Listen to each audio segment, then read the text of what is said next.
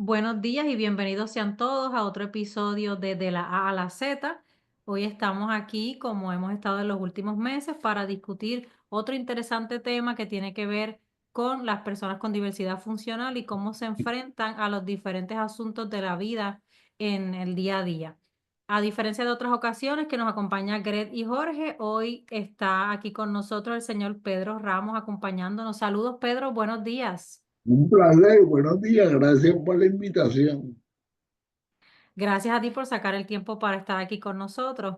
Entonces, hoy queríamos tomarnos el tiempo para hablar de la autonomía, que en inglés también le llamamos como empowerment. Autonomía y empowerment, ¿crees que serían un tema más o menos similar? Pues mira, ese es un debate. Muchas veces este asunto de la palabra, si es una influencia del inglés o no, alguna gente le dicen apoderamiento o empoderamiento, ¿verdad? Así que esa palabra siempre va a ser un issue, pero la vamos a hacer como un triángulo entre las tres palabras, entre apoderamiento, empoderamiento y autonomía, y de ahí vamos a sacar quizás algún término interesante. Ok, y entonces para comenzar, vamos a darle entonces a Pedro para que nos cuente quién es él, de dónde es, a qué se dedica. Bueno, pues obviamente voy a empezar por definir mi condición. Se llama paralesía cerebral, una condición que afecta a la parte motora y sensorial del cuerpo, así que la mayor dificultad es el caminar, al hablar, escribir, etcétera, ¿verdad? Y esto se adquiere al momento del nacimiento. De hecho, el día reciente salió el asunto de la película Luca, Ujú. en los dos hemisferios, así que me identifico un poco con esa historia, ¿no? Yo soy natural de Manatí, Puerto Rico. Allí me crié, allí estudié y eché hacia adelante con mi padre, ¿verdad? Más adelante podemos hablar quizás un poco más en detalle, ¿verdad? De esa experiencia de la niñez y la adolescencia hasta la adultez. Pero básicamente, pues me he dedicado toda mi vida a estar en diferentes grupos, organizaciones, entidades públicas y privadas que promuevan, ¿verdad?, el bienestar de la población con impedimentos. Así que un placer estar con ustedes. Yo voy a intervenir aquí un poquitito. Yo sé que Pedro quiso ser un poquito humilde en presentarse a sí mismo, pero Amílcar y yo, que lo conocemos desde hace mucho tiempo, sabemos que fuera de donde nació y de lo que es o de su condición, Pedro se ha distinguido mucho por muchos trabajos legislativos, por estar asesorando en muchas ocasiones a jefes de agencia en Puerto Rico, secretarios de agencia. Y esa parte legislativa ha sido una parte que Pedro se ha distinguido mucho. Así que cuando mencionan Pedro, uno inmediatamente piensa en el Capitolio, piensa en asuntos legislativos, piensa en asesoría. Así que Pedro ha sido un titán en esa área. Gracias, gracias. De No, hecho, Pedro no se acuerda de mí, pero yo conocí a Pedro en el Senado, Ah, trabajando, sí. sí, hace muchísimas lunas atrás. Pero sí, nos conocimos en el Senado. Yo estaba de intérprete en aquel momento. Ah, qué bien, qué bien. Sí, Pues sí. qué bueno que saliste de las paredes de mármol, porque muy buenos días a todos y aprovecho, ¿verdad? Saludarle, ¿verdad? Y gracias por la invitación y la oportunidad. Cuando uno habla, ¿verdad? Del señor Pedro Ramos es un referente, ¿verdad? Dentro de lo que es en los temas sobre la diversidad, ¿verdad? Sobre tanto las personas con impedimentos en muchos aspectos y como sí indicó Edwin, en ese aspecto legislativo buscando hacer cosas que redunden en beneficio, en mejorar la calidad de vida y hacer un cambio, ¿verdad? Sobre todo sistemático en las diferentes estructuras, no solamente gubernamentales, sino privadas, inclusive hasta en la misma, podemos llamar la composición familiar. Y en el caso mío, él me cruzó a mí en las avenidas, así que si te puedo, ustedes hablan de unos cuantos años, pero él me cruzaba a mí. Ahora es que yo estuve aprendiendo a cruzar solo. Así que Un placer estar con ustedes.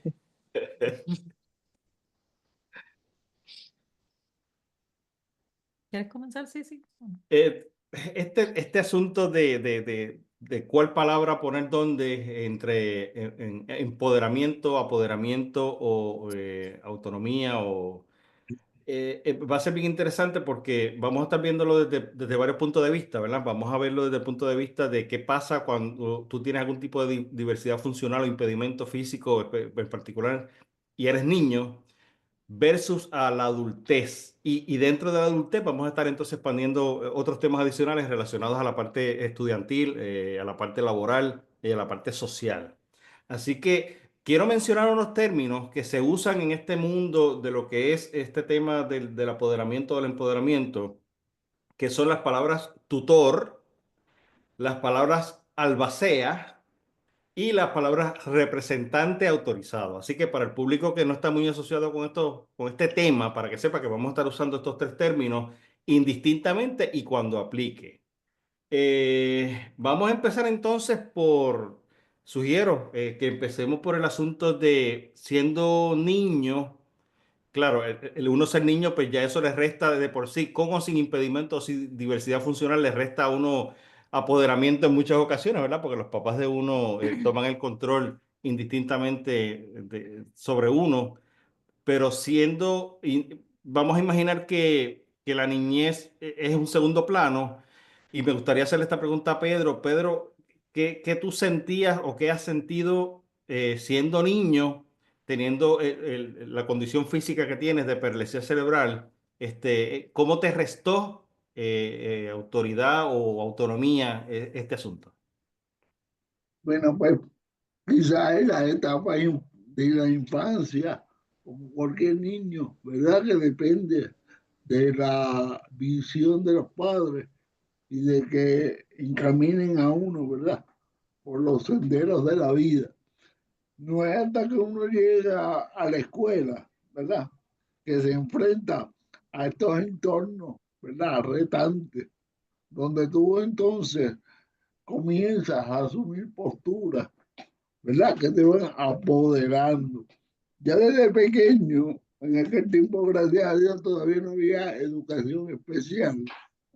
Así que los maestros tenían que ser bastante creativos al momento de ofrecer las clases en la escuela.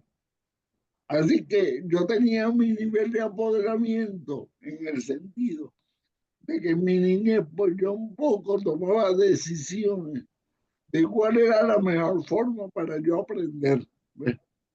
Eh, Cuando me preguntaban, bueno, ¿tú quieres el examen oral? ¿Quieres el examen escrito? ¿Quieres el examen acompañado? Ya tú vas tomando decisiones que van a empezar a afectar tu participación escolar. ¿Ves? Y ya desde ahí tú empiezas a despuntar un nivel de apoderamiento, porque el maestro me daba la opción de que yo decidiera cuál era el método mejor de yo aprender. Por ejemplo, yo podía coger una libreta de un compañero y llevármela para mi casa para leerla, que mi madre copiara las notas de esa libreta. O sea, cosas tan sencillas que iban marcando, ¿verdad? Eh, eh, esa historia. No obstante, es interesante porque el mismo grupo que acompaña a uno en la escuela, ¿verdad? Yo tenía un hermano también que me acompañaba en ese caminar. Es interesante cómo en sexto grado los compañeros deciden convertirme en presidente de la clase graduanda del sexto grado, ¿verdad? Y confiar en mis capacidades para yo poder tomar decisiones, ¿verdad? Relacionadas al grupo. Por otro lado, el apoderamiento estaba manifiesto cuando me invitaban a jugar pelota, ¿verdad? Y me daban la oportunidad de decidir qué base yo jugaba, ¿verdad? O qué lugar podía ocupar en el juego. yo recuerdo que siempre era el centerfield, pero me ponía un compañerito a la parte de atrás para que cogiera la bola. Lo importante era que yo pudiera participar del proceso de inclusión, a la vez que me estaba apoderando del proceso de cómo yo podía, ¿verdad?, participar en los eventos escolares. Aparte de que a mí siempre me gusta la fiesta y la pachanga. Y mis padres me dieron el espacio para que yo pudiera participar de esos eventos.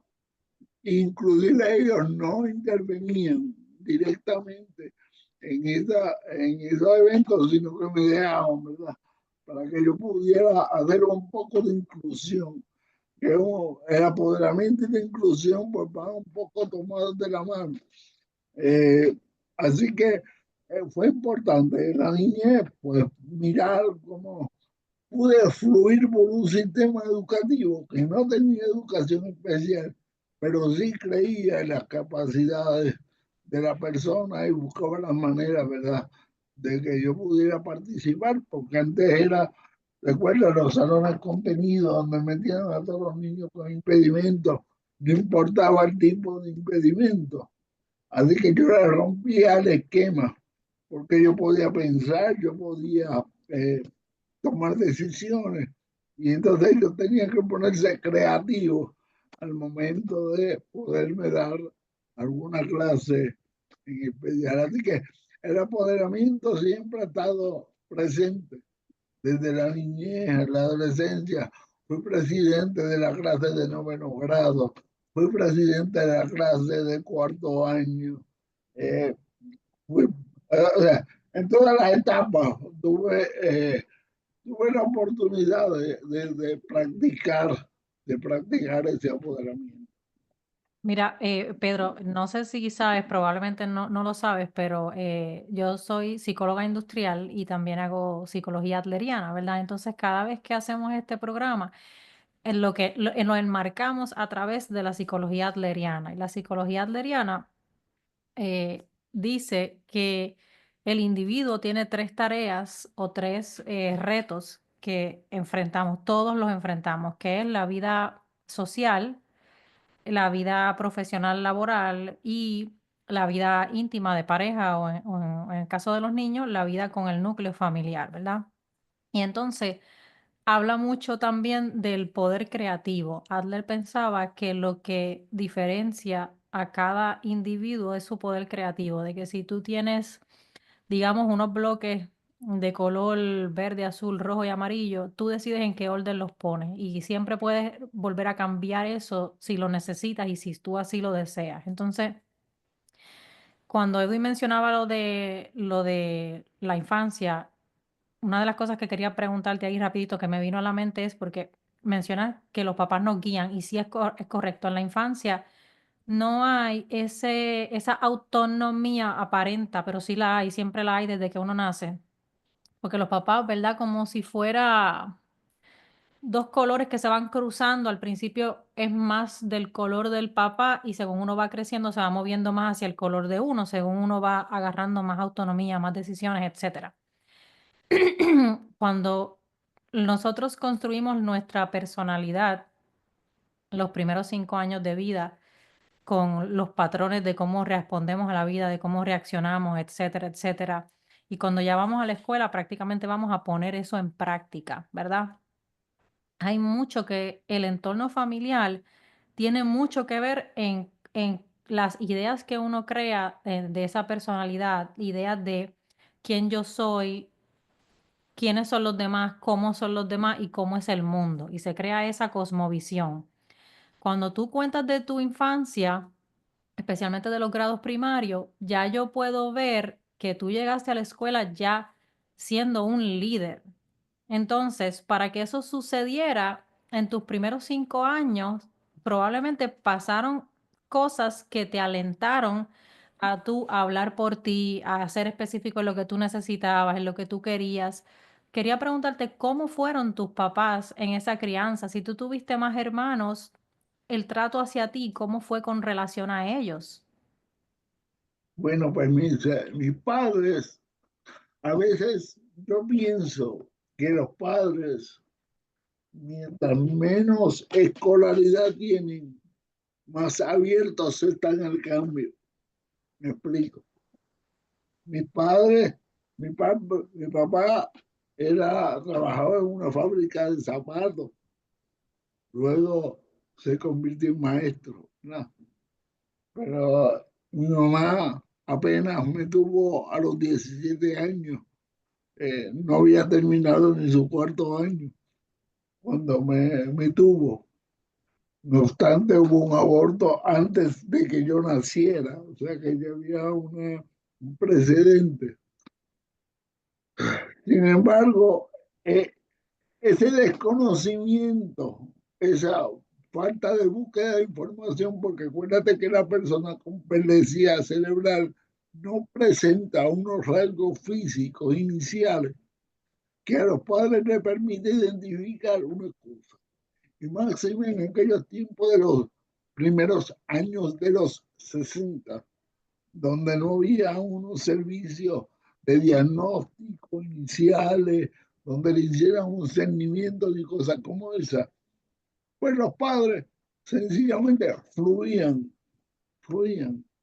y veían cómo el hijo se podía ir integrando a esa vida pequeña, ¿verdad? Ese núcleo y buscar la manera de que yo me sintiera bien, obviamente. Mamá me da comida, hay mucho consentimiento. No es hasta que llega el momento en que uno se supone o que empieza a caminar o que empieza a tragar adecuadamente, que comienzan a ver unos alertas que ellos no lograban entender qué era, porque nadie le había dado un diagnóstico claro, ¿verdad? Ni nadie le hablaba. Simplemente le decían, no sabemos qué tiene, no sabemos a dónde puede llegar, vamos a ver cómo fluye la cosa. O sea, había mucha desinformación en aquel momento. Y mi padre, pues, dentro de, gracias a Dios que no sabía mucho y dejaron fluir nuestra vida como mejor se podía. ¿Ves? Porque ahora mismo el Gogolandia, que todo el mundo gogolea cosas y ChatGPT y todas esas cosas, pues pone en ansiedad a todo el mundo, pues. Yo creo que el hecho, la clave estaba en que ellos se dieron la oportunidad dentro de su alegada ignorancia, ¿ves? En que dejar fluir a ver hasta dónde Pedro podía llegar. Eso no quiere decir que tuvieran ajenos o no buscaran una ayuda o no buscaran una alternativa, no. Ellos empezaron la búsqueda ya desde los 3 años, ¿verdad? En niños lisiados, que era lo que había para aquel entonces. Había que viajar de Manatí a Santurce y ya era carro público porque ninguno de mis dos padres guiaba. Así que era un peregrinar, era buscar a ver dónde había algo, pero eso no era un factor que los limitara a ellos a darme la oportunidad de yo hacer cosas con mi hermano y que mi hermano, aunque era un año menor que yo, me modelaba y yo lo modelaba a él. Así que nos complementábamos en el proceso de ir creciendo juntos, mirándonos, ¿verdad? Con las diferencias y con las similitudes que la vida nos trae. Así que yo lo que creo es que ese, ese algo espontáneo, ¿verdad? Era algo eh, natural. Fue una vida bastante natural y tranquila, la que quizás permitió eso. Es interesante, manera de chiste, de que ellos no perdían oportunidad, ¿no?, de encomendarme a algún santo religioso. Porque de verdad, siempre recuerdo una anécdota de en Barceloneta, en la entrada del pueblo de Barceloneta, yo vivía en Manatí. Se alegaba que había un chorro de agua porque la Virgen había aparecido allí. me zumbaron dentro del agua aquella. Después descubrieron que era un tubo de acueducto que se había roto. Pero mira hasta dónde la fe del ser humano llega y hasta dónde es capaz de llegar unos padres en la búsqueda de alguna alternativa que mejorara la condición de uno. Así que yo creo que esas fueron unas grandes experiencias.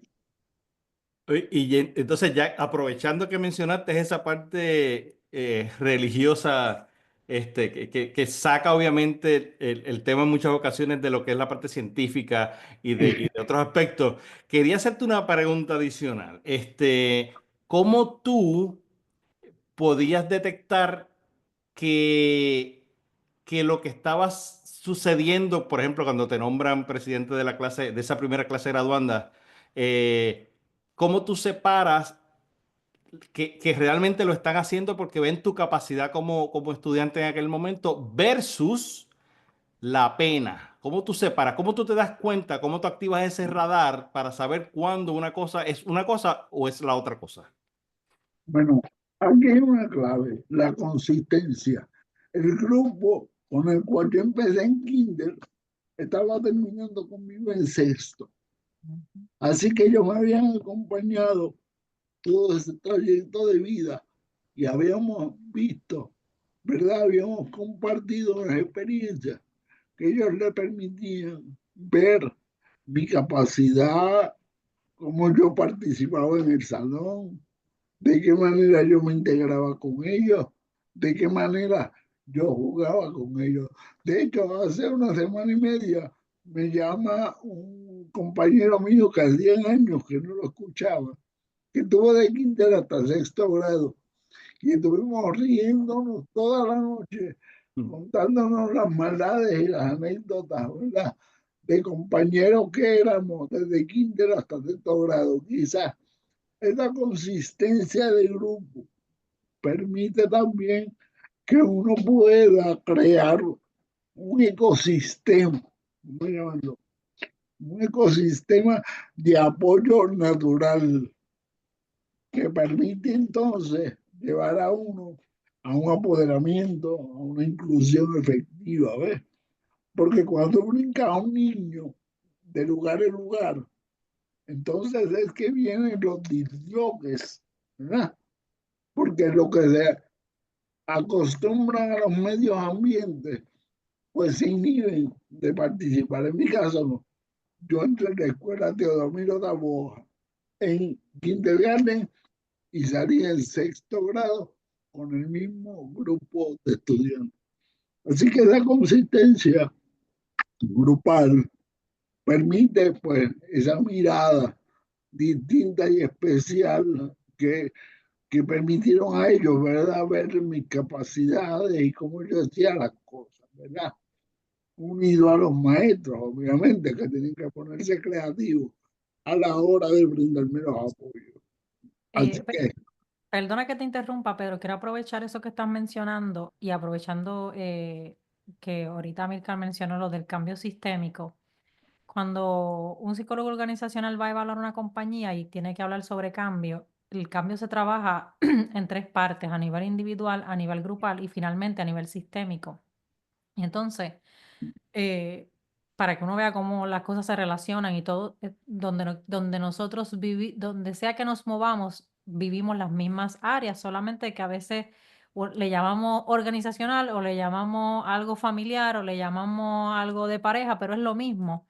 Entonces aquí yo puedo ver en lo que tú estás contando cómo se generó ese cambio sistémico empezando con un cambio individual. O sea, a nivel individual, como tú mencionas, tú ves a tu hermano, él se modela, tú le modelas, y hay esa reciprocidad en cómo aprender y ese deseo de querer superarse. Entonces ya con eso tú vas a la escuela y en tus dinámicas con el resto de tus compañeros se genera un cambio grupal, que es donde el resto del grupo te acoge, te permite pertenecer y a través de esa pertenencia tú entonces dices, ya que yo pertenezco, puedo colaborar y empiezas tú a colaborar a nivel grupal.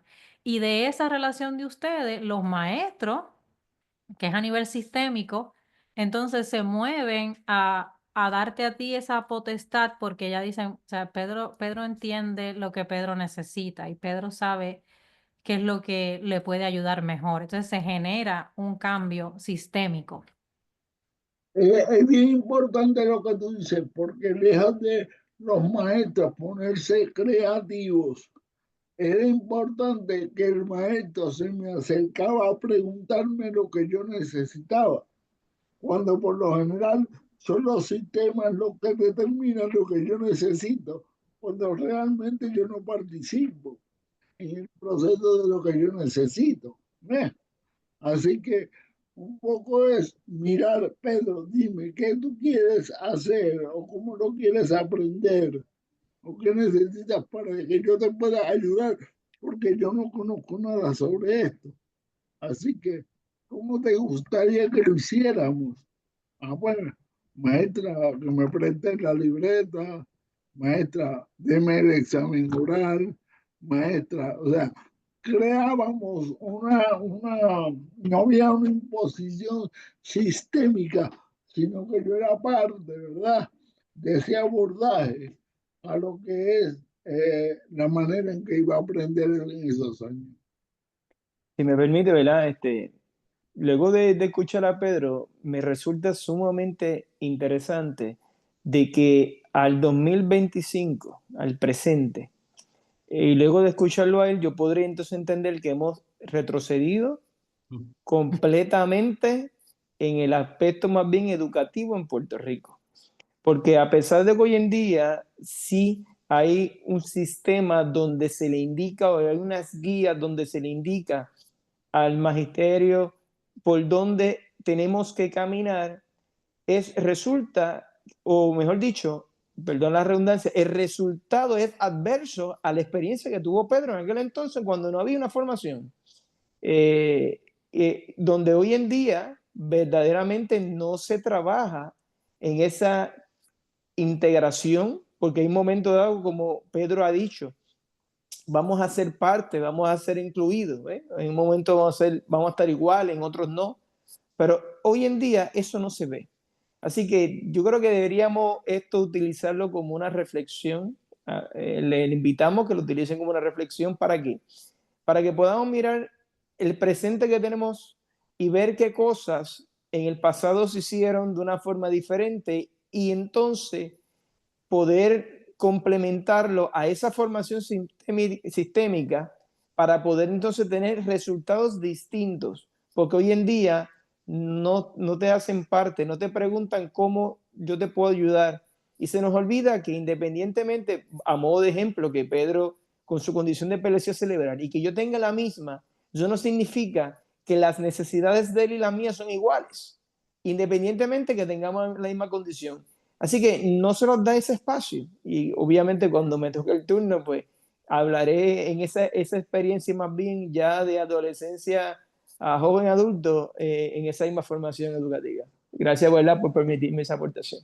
Sí, gracias. Claro que sí, Amílcar. Y yo, como tú dices, no solamente una reflexión, sino que creo que esto es una oportunidad muy valiosa para los padres que en este momento se encuentran pasando por el proceso de criar a un hijo con impedimento, con diversidad funcional. Estoy precisamente, y creo que Edwin va por ahí también, haciéndole las preguntas a Pedro correspondientes para que podamos identificar qué cosas se pueden hacer y qué yo puedo hacer para redirigir, si es que no lo estoy haciendo ahora, o dejarme llevar para poder ayudar a mi hijo a que se convierta en un adulto autosuficiente, que tiene un espacio en la sociedad, que colabora a través de su trabajo, etcétera, etcétera, etcétera. Entonces ya por lo que hemos visto sabemos que esa parte de permitir que se dé la cotidianeidad, y Pedro en ningún momento habla de la sobreprotección, sino de que le permitían ser una persona como cualquier otra, como con su hermano, dentro de las modificaciones que hay que hacer para salvaguardar el bienestar de la persona, ¿verdad?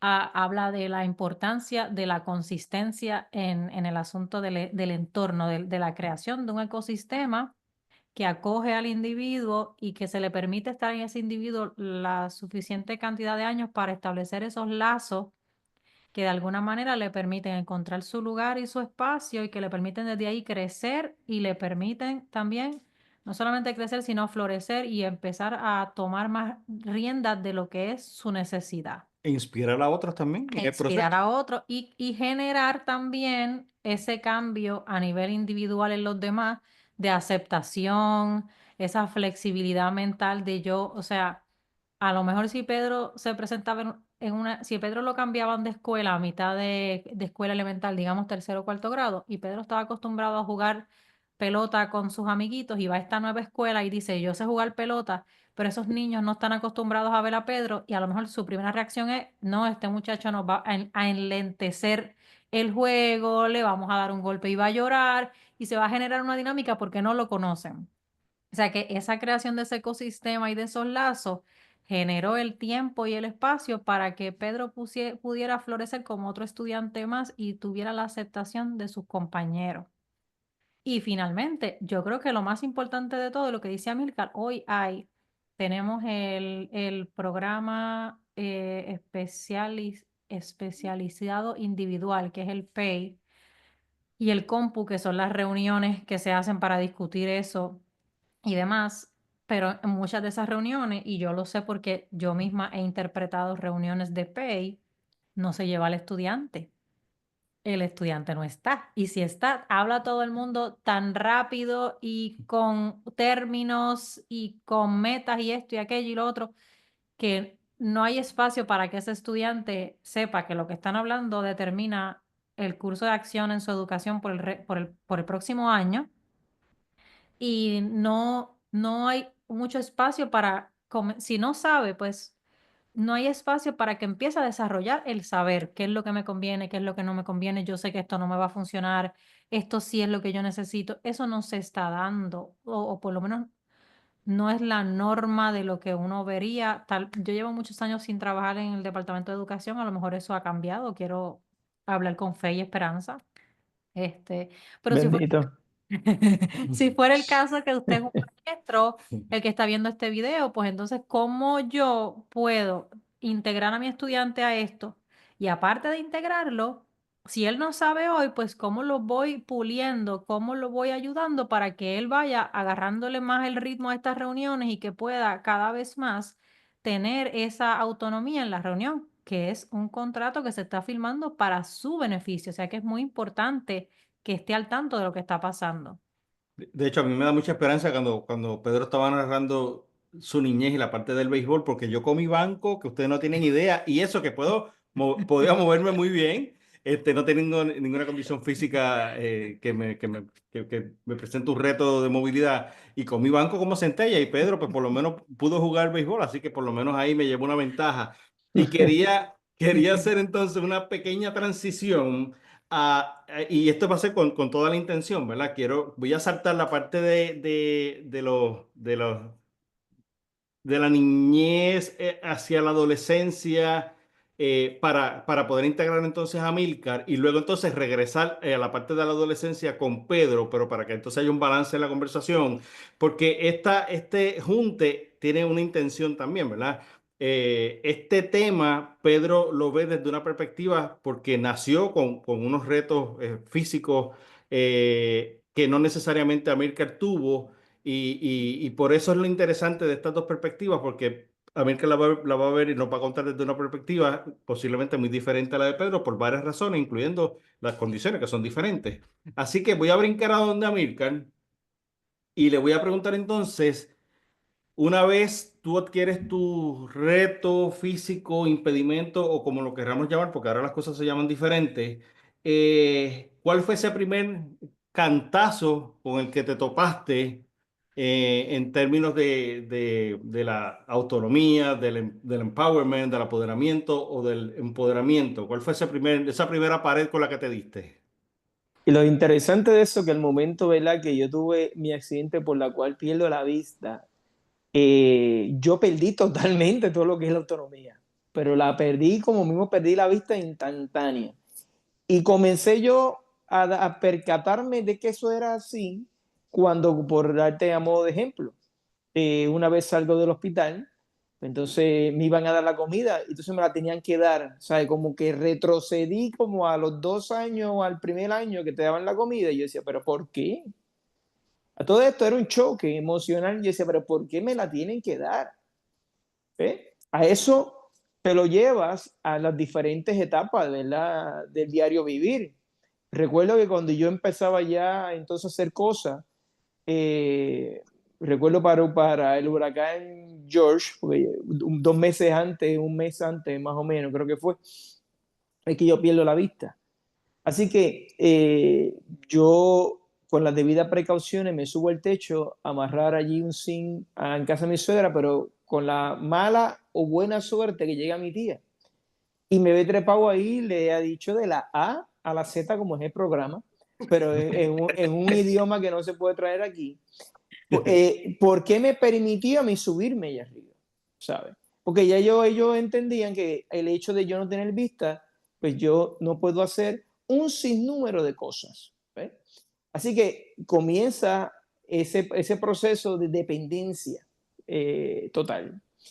Así que me voy hasta inclusive al extremo que aún yo siendo casado, como mi situación fue en el área laboral, tuve que yo, mis primeras gestiones, una vez yo salgo del hospital, es dejarles saber al Estado, en este caso el Fondo de Seguro del Estado, de que yo podía tomar mis decisiones porque mi mamá se encargó de dejarle saber al fondo de que ella era la que se autonombró como tutora y ella es la que iba a manejar el aspecto fiscal mío. Entonces, ahí es que comenzó lo interesante y la guerra. Y yo te diría que en parte mirándolo hoy de una forma positiva es lo que me ayudó quizás a hacer lo que yo hoy soy, de yo poder ser más proactivo o interceder por las necesidades, porque créeme que me sacaron. Quizás si eso no hubiese pasado, no sé cuál hubiese sido el escenario hoy en día, pero ese fue verdaderamente ese escenario en esa transición, sin contarle que en el aspecto yo era universitario, así que yo tuve que vivir esa transición de ser universitario, entre paréntesis, como una persona típica, ahora desde un punto de vista como una persona con unos retos visuales. Así que eso se dio también en esa etapa. Por eso fue que ahorita... Ajá. Amílcar, y te quería preguntar, pero antes del incidente, ¿cómo te veían tus papás un día, un lunes normal? Te veían porque estabas en un periodo antes de la universidad o justo para la universidad, y uno como papá típicamente como que tiene ese miedito de que su hijo va solo por la universidad, a matricularse, a estar en una vida nueva. ¿Cómo fue eso justo antes de? Por lo menos para el caso de mis padres es como que automáticamente pues ya yo no, yo llegué hasta ahí. Y de ahora para adelante es una vida completamente dependiente donde yo no me voy a poder desarrollar. Pero te trataban así antes de tu incidente. No, antes no, pero ahora tener el problema de la vista, pues ya ellos entendían que pues ya ahí se acabó, ya ahora para adelante, pues es una persona totalmente codependiente para él poder hacer sus cosas. O sea, yo no voy a poder con o sin ayuda o con o sin proceso rehabilitativo poder entonces alcanzar lo que yo me proponga. Voy a aprovechar y voy a hacer algunos intermedios de aclaración porque hay gente que nos ve de otros países y hay Sí, palabras muy locales que a lo mejor la gente no sabe de qué estamos hablando, ¿verdad? Cuando Amílcar decía que se trepó en el techo de zinc, se refiere al metal corrugado, que es una forma de techo en Puerto Rico y en Cuba también y en Venezuela. Y cuando se refiere al Fondo de Seguro del Estado, se refiere a una entidad de gobierno que es la que maneja los asuntos cuando una persona tiene algún tipo de accidente laboral y se encarga del asunto de los pagos, de la parte médica y de cosas parecidas. Amílcar, en el caso de tus papás, ¿verdad? Suena como abrupto cuando tú dices eso, así como que para ellos, pues yo llegué hasta ahí y eso. Pero podemos ver una diferencia entre cuando un niño nace con un impedimento, en ese momento nace un padre también con un hijo con impedimento y es un proceso que se va dando de adaptación que se genera con los años. Y los papás tienen que decidir si van a confiar en las capacidades que pueda desarrollar su hijo o si van a asumir más una postura protectora. En el caso de tus papás, tus papás, tal como tú perdiste tu autonomía de la noche a la mañana, ellos se convirtieron en los padres de un hijo con diversidad funcional también de un momento a otro, sin saber lo que eso podía significar y lo que significaba, hay que verlo también desde el contexto social donde ellos se mueven. No sé cuál es el trasfondo de tus papás, pero, por ejemplo, cuando se dan estas situaciones en familias donde son familias religiosas o de la iglesia, está esta creencia de que uno tiene que dar más allá haciendo por la persona necesitada, y necesitada lo digo entre comillas. Entonces, yo me imagino, ¿verdad?, que en ese caso jugó un rol importante en lo que la sociedad le dijo a tus papás que era lo que tenían que hacer y cómo te tenían que tratar a partir de ese momento. Correcto, pero aquí hay un detalle, ¿verdad? Que lo indiqué y lo aclaro ahora nuevamente. A mí me sucede esto siendo yo casado, recién casado, o sea, que ya yo no vivía en mi casa. Así Ujú. que ya es como que una interacción más bien de mi mamá, en tratar de ver cómo su hijo podría estar en las mejores condiciones con cero experiencia en cuanto a estos temas, porque yo, gracias a Dios, no tuve ningún hermano mío con ningún tipo de reto, ni que yo me acuerde de ningún familiar cercano. Así que ella va a partir de una base cero. Y entonces, en aquel momento no había mucho googleo ni estas aplicaciones, pero sí están los expertos de la calle. Y los expertos de la calle son los que te guían o te dicen el cómo lo van a hacer, quizás desde el punto de vista de unas experiencias individuales, y eso pues afecta grandemente. Una vez yo entonces comienzo a moverme, que empiezo a demostrar, yo empiezo entonces a trazar la línea, es que entonces la cosa, ellos se despegan un poquito y dicen, pues bueno, pero él quiere, y lo uso de forma literal, él quiere caminar solo, pues vamos a dejarlo caminar solo, y entonces ya ahí no entraban ¿verdad? O reclamaban en las decisiones que yo tomaba. Y ahí pues mi esposa sí fue mucho más abierta porque lo interesante es que mi esposa sí, aunque ella no nació con unas condiciones, ya a los 10 años desarrolló unas condiciones que sí la llevó a tener, ¿verdad? Estos procesos de acomodo y de adaptaciones en lo que es la educación y la que es la educación especial hoy en día. Y eso entonces ayudó a que entonces fuera más fácil el que yo me pudiera desenvolver porque ya no, ella sí tiene una base, ella sí tiene una vivencia, ella sí tiene una experiencia, la familia de ella sí tiene una experiencia, y yo creo que también eso pudo haber sido una de las claves de yo poder entonces retomar la autonomía que había perdido. Ok, ve pensando entonces, porque la próxima pregunta voy a regresar a Pedro, pero ve pensando entonces en elaborarme tu proceso universitario ahora con esta condición. Y Pedro, que recapitula entonces siendo teenager, siendo adolescente y llevándome también casi a la universidad, cosa de que en algún momento Pedro y Amílcar estén Coincidan. contestando, coincidan y puedan contestar entonces los mismos temas al mismo nivel. Así que, Pedrito, haznos un resumen entonces de adolescencia ya casi en la universidad para que entonces luego volvamos a seguir el pie forzado con Amílcar en ese mismo tema. Obviamente, cuando tú eres adolescente, pues una de las perspectivas obvias del momento es tú encontrar un amiguito, una pareja, algo, ¿verdad? Que te acompañe en esos años, ¿verdad?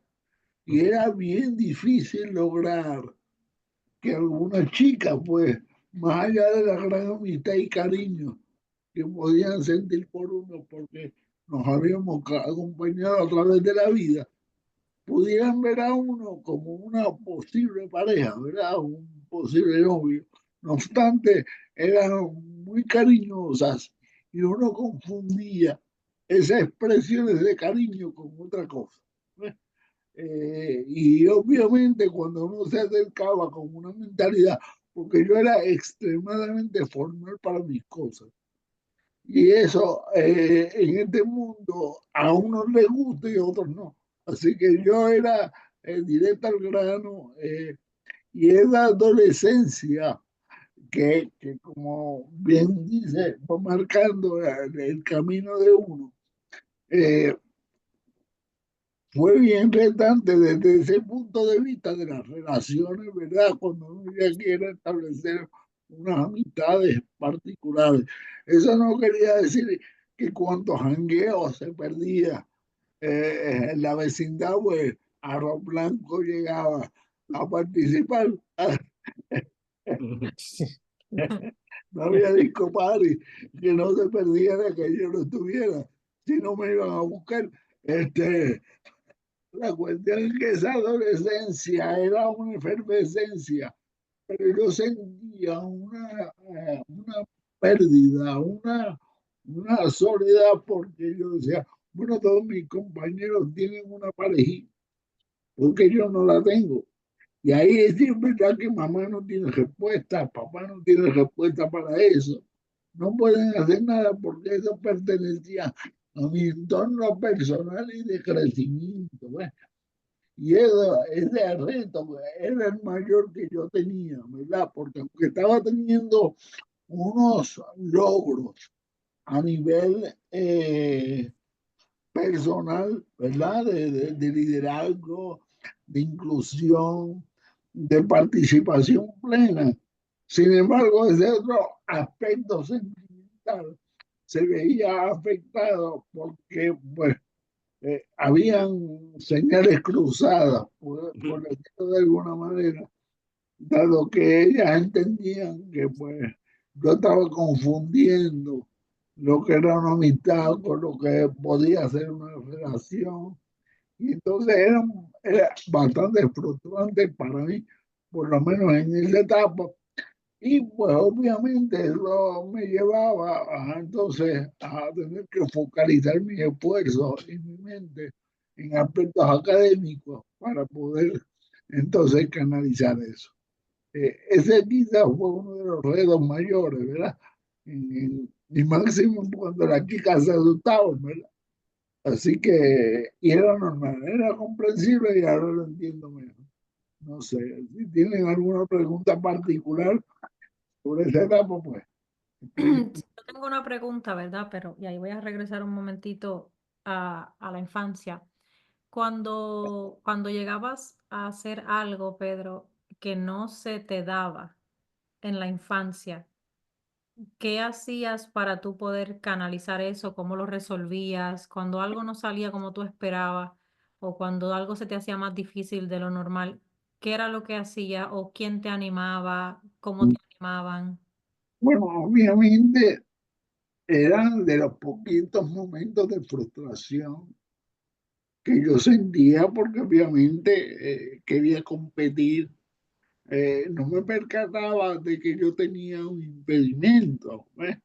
Porque como todos se habían encargado de hacerme sentir tan incluido, el tener unos retos donde yo no pudiese lograrlo, pues me chocaban, obviamente, y ahí venía el dolor, venía la frustración, venía la tristeza, venía la pregunta de por qué a mí, ¿no? Eh, no, ¿Por qué yo tengo esto? En el momento de la recriminación en la adolescencia de por qué yo nací así, quizás no había visto nada, no me había percatado de mi condición hasta que llegó a la adolescencia. Tú sabes que por lo general el joven de por sí es rebelde en esa etapa de transición de la niñez a la adolescencia y la adultez. Te podrás imaginar a mí el doble de lucha para yo entender por qué a esa edad yo no había alcanzado lo que la mayoría de mis amiguitos habían logrado, que era pues, poder bailar, poder guiar un carro. eh, Ahí eran los primeros choques, ¿no? Eh, con que la cosa era distinta en mí que los otros no estaban. Quiero mencionar, eh, ahí estoy de acuerdo con Amílcar cuando dice que hemos llegado muy lejos en unas cosas, pero eso no necesariamente nos ha llevado a lograr una mejor inclusión, porque si Pedro menciona que él vino a notar o a aceptar que él tenía un impedimento en adolescencia casi adultez, quiere Sí, decir que su entorno hizo un excelente trabajo para lograr esa inclusión a modo de que él no notara que había una barrera en comparación con los demás. Yo creo que las legislaciones que se han hecho y lo demás, lo que buscan es eso, que una persona se sienta así, que no note que tiene un impedimento, sino que puede funcionar. Van a haber áreas como todo que no hay forma de obviar o de acortar esa situación, como él menciona, el proceso del cortejo, de encontrar una muchacha, etcétera, etcétera. Y para las mujeres lo mismo, cuando la muchacha es la que tiene diversidad funcional, cómo lograr eso con un varón. O sea, hay áreas que son naturaleza humana y que no hay legislación, que no hay grupo de apoyo o demás que podamos hacer para ahorrarles esa pena. Ahí es donde entran las destrezas de los mecanismos de manejo de la frustración, los mecanismos de cómo desviar esa atención a otra cosa, que por lo que Pedro dice en el caso de él sí lo movía hacia un área útil, que era enfocarse en la parte académica, trabajar más, etcétera. Sabemos que puede haber otras situaciones donde la persona lo hace en el lado inútil, que son pero los rebeldes. fíjate, Ujú. fíjate que ahí, y perdón que te interrumpa, ahí el abrazo de mamá era bien importante. O sea, cuando papá Pedro se derrumbaba, ¿verdad? Y lo notaban triste, pues el abrazo de mamá se convertía en el bálsamo, ¿verdad? Que le daba a uno un poquito de ánimo y decir, pues mira, esta vez no, pero la próxima sí. No era para ti. Era la palabra sabia de una madre sin escuela, pero que trabajaba allá en una fábrica, ¿verdad? Que se atrevía a abordar unos temas sin el menor de los conocimientos, sino que con un mero abrazo, con un beso, una caricia, pues me enseñaba de que esto va a pasar y no debes frustrarte. Sé que te duele, no sé de dónde mami sacaba todas esas palabras, pero va a pasar. Y una vez yo aceptando y reconociendo de que iba a pasar, pues yo decía, es que esto no combina ahora, en su momento va a llegar la que es. Así que le daba entonces el espacio y me daba la tranquilidad momentánea, ¿verdad? No obstante, la pelea de las emociones internas seguían, pero me daba un poco de paz, definitivamente. Oye, Pedro, y entonces, y para ir concluyendo esta parte de la infancia, ¿hubo algún juguete que te perdiste por el asunto de tu reto físico? Bicicleta, una cosa así, que te lo perdiste por ese asunto. Pues mira, mi mamá acostumbraba a comprar los mismos juguetes, desde la misma pistola de fulminante, aquellas que explotaban las chicharras aquellas, Ajá. eran para mí como para mi hermano. Era verdad que la baqueta mía se caía más rápido que la de mi hermano, que yo me movía tanto que la baqueta se me caía, ¿verdad? Pero por lo menos llegué a tener mis dos pistolitas de fulminante. En términos de movilidad, pues mira, la famosa bicicleta con las dos rueditas atrás, pues yo también la tuve, ¿verdad? Ahora, cuando vinieron los Humble X3 de Mattel, que aquello era más chiquito, aquello era una chulería para mí porque eran tres ruedas, tú sabes. Y entonces, pues, la cura era grande porque yo me tiraba por las cuentas del pueblo. No me preguntes cómo. Yo aparecía paradado encima de una de las paredes, de las esquinas, pero muerta de la risa, ¿no? Porque me había podido tirar por aquel chorro por allí para abajo.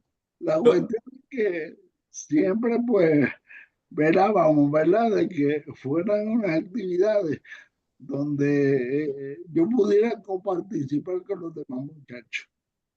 Y es interesante, esto me lleva a la imagen del correcamino y el coyote, así, en esa imagen de cuando el coyote se queda pegado así en una pared. Esa es la imagen que me está llegando en este momento de Pedrito.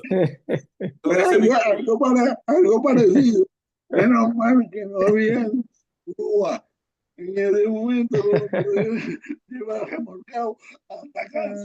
Sino que llegaba.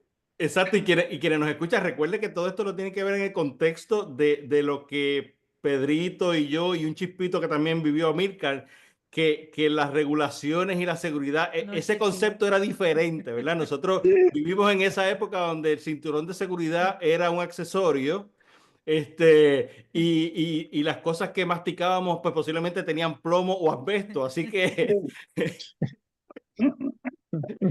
Pues déjame decirte que en mi escuela elemental me disfruté de tercero a sexto en unos bellos salones con asbesto. Así que no sé si eso me ayudó o me desayudó, pero el asbesto funcionó conmigo.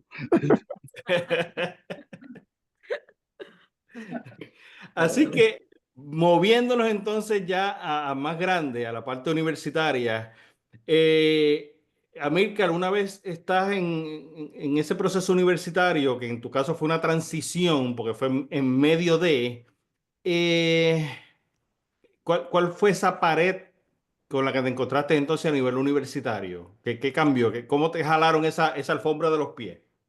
Bueno, para utilizar un poco de verdad esto de introducción, ¿verdad? Para donde lo dejó Pedro, podemos establecer que en el caso mío, yo tuve presente en todo momento, hasta el día de hoy, mi reto visual.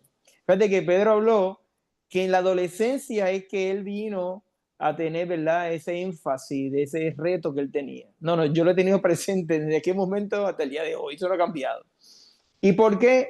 Yo acá haciendo una reflexión, podríamos decir que cuando queremos hacer diferentes reformas para poder atender unos issues e inclusive hasta las mismas legislaciones, yo creo que hay veces que lo que a veces está bien hecho lo queremos arreglar o para ponerle un accesorio y lo que hacemos es que lo dañamos. Pues yo en la universidad me doy con la primera pared que el entorno que está allí, o sea, los compañeros de estudio que están allí no tienen ningún tipo de experiencia o no han tenido ningún tipo de vivencia de tener un salón de clase una persona como universidad funciona. ¿Por qué? Porque el sistema de educación de Puerto Rico en un momento dado entendía que hay que separarlo. A Pedro no le pasó en la escuela elemental. Ahora lo queremos retomar, pero en un momento dado se separó. Al separar, no se crea, ¿verdad? Esa sinergia entre todos, porque yo no sé por qué él es así. Por eso es que hoy en día cuando uno camina te miran raro, porque no tuvieron esa experiencia. Así que ese es lo primero que me encuentro, ¿no? Y no solamente a nivel de compañeros, sino a nivel de los profesores. O sea, ¿por qué? Porque esto es una práctica aprendida donde tú lo vas a llevar a la profesión y la profesión la sigue para adelante. Entonces, ¿dónde es que ponemos, verdad, el cascabel? ¿Dónde, en qué parte de esto es que lo hacemos? Y entonces nos damos con estos tipos de profesores que yo recuerdo que número uno, ellos no te preguntaban cuál es la forma y manera que es más fácil a ti se te puede hacer asimilar que esa es la finalidad, lo que estamos buscando es que yo aprenda. El cómo, pues eso es la parte que tienen que diseñar ellos, ¿verdad? Pues entonces ellos no entran en el cómo. O sea, ellos parten de que la forma que yo te lo voy a dar es la forma que es la que tú vas a aprender. Por eso es que hoy en día podemos quizás mirar un poquito hacia atrás y no hay muchas personas con diversidad funcional que continúen una carrera universitaria. Una vez salen, que lo puedan hacer, ¿verdad? Una vez salen del sistema público, no lo hacen. ¿Es por qué? Porque créeme que entrar a una carrera universitaria, o sea, tú tienes que entrar allí literalmente siendo un boxeador, porque es la única manera, porque de lo contrario, el nivel de frustración va a ser tan y tan y tan grande que terminas quitándote. Así que recuerdo que estos profesores, en cuanto al examen, me decía, pues lo vas a hacer con el lector, pues perfecto, el lector me lo leía.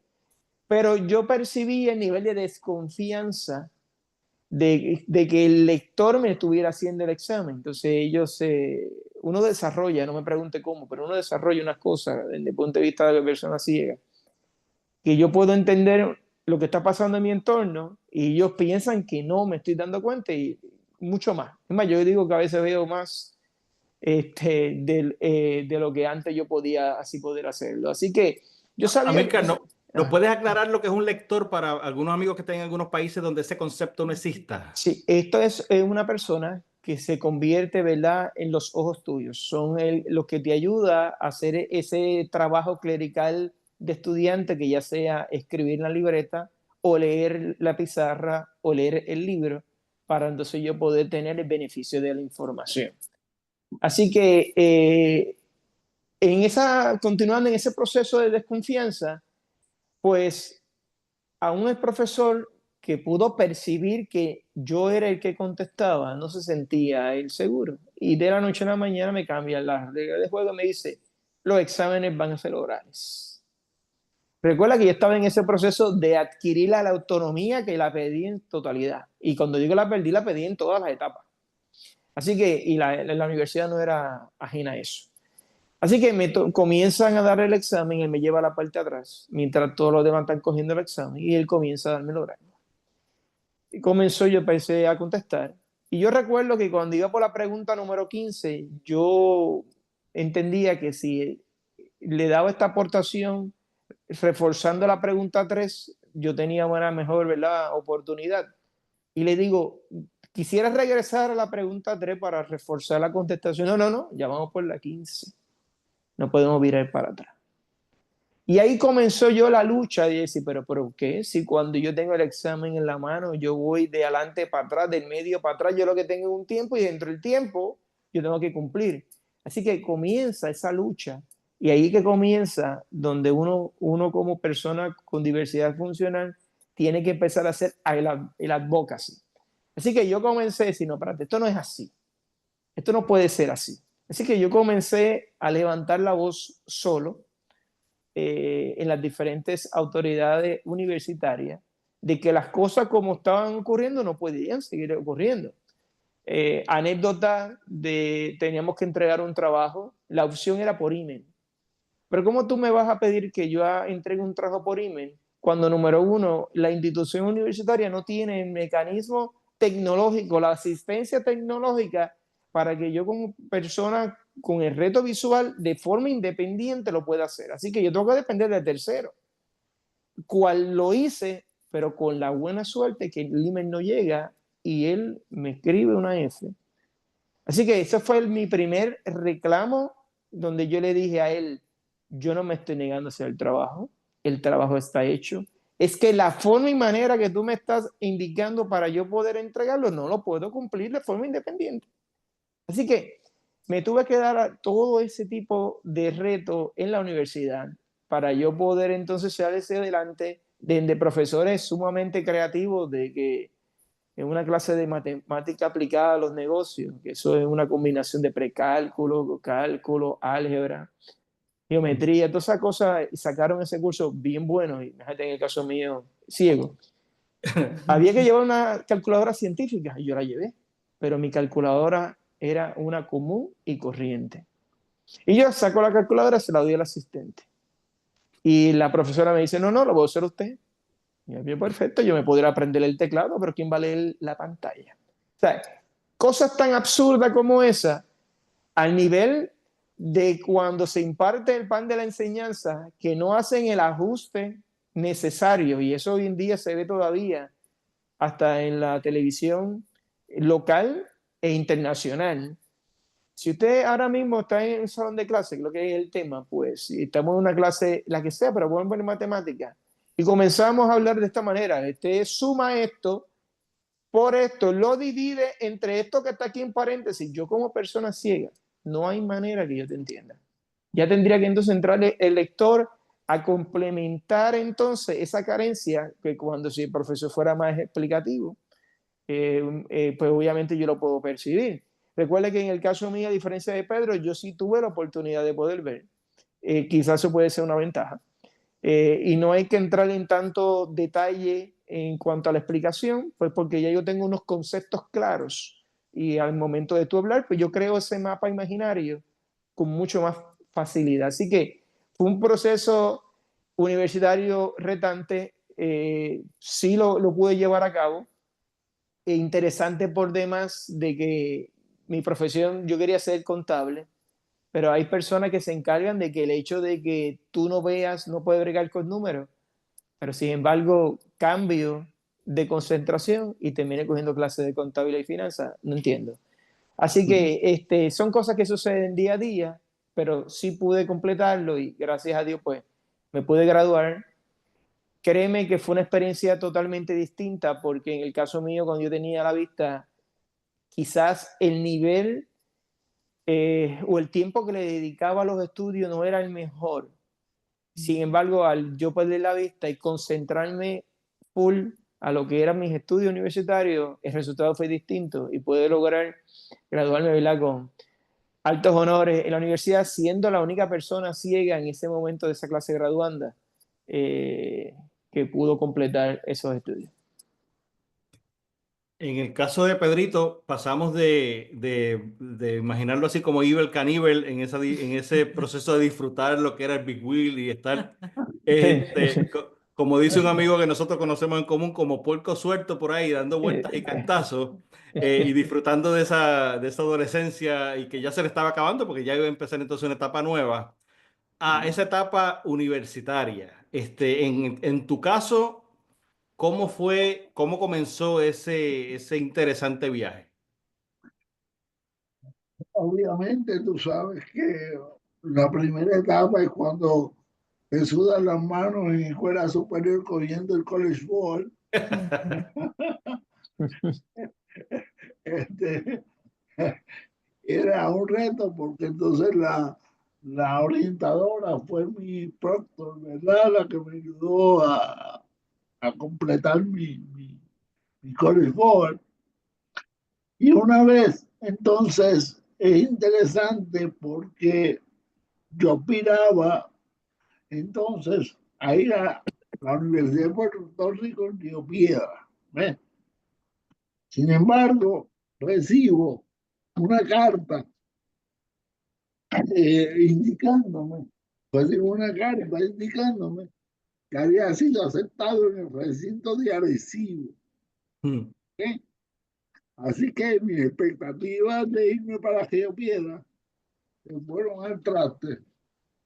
Y entonces yo comienzo mi proceso de matrícula en Arecibo. De hecho, era más cerca en términos, ¿verdad?, de pueblo, son de pueblos por el medio, versus Río Piedra eran unos 7, 8 pueblos entre uno y otro, ¿verdad? Así que fue interesante porque ya haciendo la matrícula recibo una otra carta de Río Piedra sin yo solicitarlo, que habían reconsiderado mi petición, mi solicitud y me estaban aceptando en Río Piedra. Pero como ya yo había hecho todos los trámites en Arecibo, pues yo dije, esto es verdad, aquellos que tenemos un poquito de fe y creemos en que las cosas no pasan por casualidad, acepto quedarme en Arecibo y comienzo a estudiar. Siempre recuerdo, o sea, para mí la vida se transforma cuando toco por primera vez un verano, porque acuérdense que yo era malo en matemáticas y en inglés. Y así que me tocaron las clases remediales, junio y julio, antes de entrar a la clase. Así que nunca olvidaré aquella mañana que me tocaba pararme frente a la puerta de aquel salón y yo mismo decirme, aquí empieza una nueva etapa en mi vida. Fue una tembluzquera, si yo me meneaba, No te imaginas cómo yo me venía ese día, temblando, sin libreta, entrando por aquella puerta y aquella maestra me miraba como si hubiese bajado un ovni eh, y se hubiese posicionado en la puerta de su salón y verlo caminar sin libreta y sin nada hacia la parte de atrás del salón. De maestra decirte que espera ella terminar la clase a preguntarme por qué yo no había llegado con materiales. Y entonces es que comienza una nueva etapa en mi vida de explicarle a unos profesores que nunca en su vida, por lo menos en aquel momento, habían tenido una experiencia con una persona con impedimentos, a ver la forma y manera en que nos íbamos a entregar. En aquel momento existía el programa de estudio y trabajo, y yo creo que todo el mundo cogió algo de eso. Y entonces me asignan una joven, que luego se convirtió en mi esposa, este, eh, para que me acompañara en las clases. Lo triste para ella era que tenía que coger la clase 2 veces, porque era la hora mía más la hora de ella. Así que aquello no era fácil. Pero fue retante para mí, porque al igual que a mí, que por lo menos en las matemáticas, era un objeto para los maestros, verme trabajando una fórmula matemática, el reguero que yo podía haber hecho, escribiendo con dificultad, pero como yo tenía un asistente, en ocasiones muchos dudaron de que yo estuviera haciendo solo la ecuación matemática. No así en las otras clases, ¿ves? Porque como eran clases más interactivas, pero la de matemática era una clase más retante. El punto de vista de que ponla como aquí, pon el punto allá, por la qué rayo, majayo, parto, las matemáticas, pero bueno, y ahora no me de, solamente lo usa más o menos las cuentas que tengo en casa. Es lo único que me sirve las matemáticas ahora. este, pero fue retante, ¿no? Es agresivo. Y ni te digo, en ese momento, para Edwin y comunidad, había una huelga universitaria en Río Piedra. Se podrán imaginar lo difícil que era estudiar en medio de un proceso huelgario, ¿sí? Porque no había herramientas, había un caos institucional, se formó la de San Quintín, pero yo traté de mantenerme dentro, ¿verdad?, de lo que eran los cursos. Gracias a Dios los profesores entendieron, yo les explicaba, todos me daban espacio en su oficina para yo poder explicar mi situación y podíamos llegar a acuerdos en términos de los exámenes, en términos de las asignaciones, etcétera. O sea, yo me siento en cierta medida privilegiado de que, contrario a la experiencia de Amílcar, los profesores estuvieron también muy abiertos. Acuérdense que en los años 80, ya en el 81, era el año internacional de las personas con impedimentos y eso empezaba a abrir puertas porque la población empezaba a despuntar y ya la sociedad empezaba a crear otra visión de la población en aquel momento. Así que fue retante, pero vamos, terminamos nuestro bachillerato en Río Piedra con una concentración en ciencias políticas de la Facultad de Ciencias Sociales. Pero fue una experiencia muy buena y gratificante. Como diría un meme que he visto en varias ocasiones que dice, uff, wow, otro día más sin usar el mínimo común denominador. Estas cosas matemáticas que a veces nos enseñan en la universidad y uno dice, ¿para qué la voy a usar en el futuro? Pues eso pasa. Eh, en, algún profesor, por ejemplo, usó usó de alguna manera arbitraria tus retos físicos en ese momento como para confrontarte, como para decir, como para tratar de probarle al mundo que no ibas a poder. Sí, mira, recuerdo un profesor, pero lo hizo de buena fe. Me acuerdo que era una novela de Goethe, que yo tenía que identificarle el tema central de aquella obra literaria de Goethe, ¿verdad? Y cuando me lleva a su escritorio, que le espera toda la exposición, no sé de dónde vino la inspiración divina, de que yo le contesto justamente el tema central de la obra, que era la elección entre el bien y el mal. ¿Ok? Y cuánto tú podías decidir sobre tu propia existencia hacia cuál de los polos te movías. Y no esperaba esa respuesta. Así que automáticamente me dio la está decirte. Y fue una experiencia bonita porque luego él fue mi maestro de humanidades por muchas clases, porque él quería que yo estuviera con él cogiendo sus clases. Es que el cambio sistémico se da de dos maneras. Tú llevando tu propio mensaje, haciéndote presente de la forma en que tú sabes hacerlo y lo puedes hacer, no esperando que el sistema cambie para que te provean algo, no. Tú tienes que provocar, tienes que crear las condiciones del cambio, como Milcar decía, ¿verdad? Encontrarse con esa realidad de que hay que hacer las cosas de otra manera para cambiarlo. ¿Ves? Y esos retos son los que le cambian. Yo me acuerdo, es más, un poquito atrás, en los tiempos de los quimestres. Yo no sé si tú te acuerdas de los quimestres, era un sistema de Celeste Benítez, donde la Secretaría de Educación, que cada 45 días tú tenías que coger clases distintas, ¿ok? En diferentes clases. Yo me acuerdo que a mí me obligaron a coger un curso que se llamaba Corrección en la Escritura. ¿No te imaginas a Pedro Ramos en un curso de corrección en la escritura, mi hermano? Me iba a colgar del saque.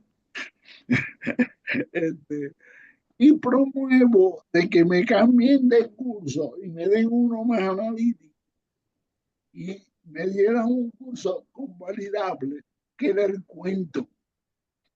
Pero cuando voy donde el profesor del cuento me dice, usted no puede estar aquí sin coger curso de corrección en la escritura. Yo, pero ¿cómo usted pretende que yo coja corrección en la escritura? No, tú tienes que coger corrección en la escritura. Y yo, en serio, voy donde el director, donde la orientadora, y los traigo hasta el salón de clase del maestro. Le digo, bueno, profesor, explíqueme aquí delante del director y la orientadora, porque usted entiende. Me miró mal, me dijo, lo voy a aceptar en la clase. Pero ahí no termina la cosa. El coraje era tan grande el que tenía, porque él era el que llenaba las pizarras, ¿te acuerdas? De esquina arriba hasta la esquina abajo, para que tú tuvieras una obra escribiendo. Así que un buen día él tenía tanto coraje que me dijo, Pedro, venga acá, vamos para la parte de atrás de la clase. Yo, tú sabes, me había asustado. Me dice, Pedro, ¿usted podría decirme cuál es el tema central del cuento a los perros de Abelardo Díaz Alfaro? Un quien prepotente, tú sabes. Y yo le digo, fíjate qué interesante. Es llegar a la cima, no importa los escollos que hay en el camino. Cuando le di la respuesta, él se me quedó mirando y le dijo a mis compañeros de clase, hoy aprendí quién era Pedro Ramos Aya. Así que de maestra decirte que ese maestro Pues no, Mr. Andújar, me acuerdo yo como ahora, no me quería soltar en todas las clases y él mismo me daba todos los exámenes orales. Lo que te quiero decir es que el sistema lo va cambiando las mismas experiencias. Yo estoy seguro de que lo que le pasó a Milcar marcó la ruta del viaje de muchos otros que vinieron detrás. Pero si no empezamos a crear caminos, a surcar rumbo, pues no vamos a poder lograr unos cambios. Van a haber muchos. Yo tenía unos mentores que subían la escalera de la universidad en jodillas porque las sillas de juega no podían. Edward Steele, yo no sé, ese nombre te suena, pero era gente que hacían cambios sistémicos mucho antes que nosotros. Pero ahí está la clave, en la oportunidad que tú te das para que otros descubran en ti las capacidades que tú tienes. Voy a aclarar dos términos que utilizaron los compañeros en inglés. Y recuerden que Puerto Rico es un lugar donde hablamos indistintamente en muchas ocasiones en inglés y en español. Así que en un momento Amílcar utilizó el concepto de advocacy, ¿verdad? Que sería la defensoría o defenderse o hacer gestión. Y el compañero Pedro utilizó el concepto de College Board. En el caso nuestro, en el caso de Puerto Rico, el College Board es un tipo de examen que resume prácticamente tu vida estudiantil secundaria y que era un requisito para poder entrar a la universidad. Es una suma de esa puntuación y otro tipo de puntuación para poder entrar a la universidad. Este, Miosotti, ¿tú crees que resumiendo esta parte universitaria de ambos compañeros, Adler diría algo sobre la actitud de los profesores, ya sea para un lado o para el otro? Eh, bueno, ¿Habría venganza aquí en algún momento? ¿O habría algún tipo de ay, cosa Bueno, antes que, ¿verdad? Que ella entra ahí para darle un brequecito, pero quería, viéndolo, aparte de lo negativo que hablé ahorita de mi experiencia con los profesores, yo tuve una que de momento podría ser un híbrido de un agridulce, Hmm. donde luego yo entendí, yo creo que Pedro va a entender, porque Pedro dice que yo soy muy compulsivo cuando yo estoy dictando y le hago mucho referente a las comas. Pedro va a dar a entender el porqué, de dónde viene eso. Mire, en la universidad, en un curso de redacción y composición, yo estoy con mi asistente, la profesora dicta unas palabras y tú tenías que escribir la palabra más hacer una oración con esa palabra. Así que yo le indicaba, vamos a usar de modo de ejemplo, pues árbol. Ok, pues yo le decía a mi asistente, árbol. Ella escribió árbol. Y qué sé yo, pues la oración, pues el árbol está muy frondoso. Pues bueno, yo cumplí, ¿verdad? Con las cosas, ¿verdad? Se entregó la prueba corta. Cuando me devuelven el papel, de 10 puntos me dieron 5. Yo, pero ¿por qué me dieron? Sí, yo escribí. O sea, la palabra está ahí, la oración está ahí. Yo me levanto y le cuestiono al profesor. Y la persona me indicó, árbol lleva acento. Y yo me quedé, en serio. Sí, y ninguna de las palabras que usted escribió, ninguna tiene acento, tiene un punto menos. Y yo me fui por la línea, es que yo le dicté a ella la palabra, usted tenía que indicarle que llevaba acento. De ahí para adelante, compañero, yo, León con acento en la O, coma, punto, y Pedro sabe lo compulsorio que yo soy en eso, pero es que me marcaron ahí porque yo salí penalizado y por más que me defendí, 5 puntos los perdí. Amílcar, gracias a Dios que ella no tenía dislexia, porque entonces si tuviese cambiado la D por la No, B, no, ahí no. ya sacaba 0. No, no, no. Ahora Pedro entendió por qué yo soy así, pero es que obviamente tengo que asegurarme porque como me indicó la profesora, le entendí. Es la responsabilidad tuya, el estudiante eres tú. La persona que te acompaña es una herramienta, pues tú tienes que garantizar que el trabajo que se está entregando, que es tu nombre, esté entonces conforme a como debe estar. Y por eso es que yo en muchas cosas soy así que van comprendiendo, me van conociendo hoy en día. Ya vamos entendiendo. Ahora me Sí, va haciendo sentido muchas cosas. exacto. En esta última fase de la entrevista, que vamos entonces a mezclar la parte ya laboral con la parte social, quiero ver entonces cómo fue esa transición para ti, Amílcar. Porque tú estuviste en ese proceso has tenido como que dobles transiciones en tus procesos. Pero cuando ya estás entonces haciendo una transición oficial a la parte laboral, ¿cómo fue entonces esa batalla? Antes de que Amílcar conteste, como Eden había dejado una pregunta en el aire, ahí saltamos a Amílcar. Yo sé que en términos adlerianos diríamos que a veces a los profesores les puede faltar interés social. Interés social en este proceso es uno de los conceptos adlerianos que más se utiliza, donde hablamos de el interés social se compone de la pertenencia y la cooperación. Entonces, cuando yo muestro interés social es que ya yo siento que pertenezco, es una de las condiciones, y después que yo pertenezco, pues entonces busco cómo colaborar, etcétera.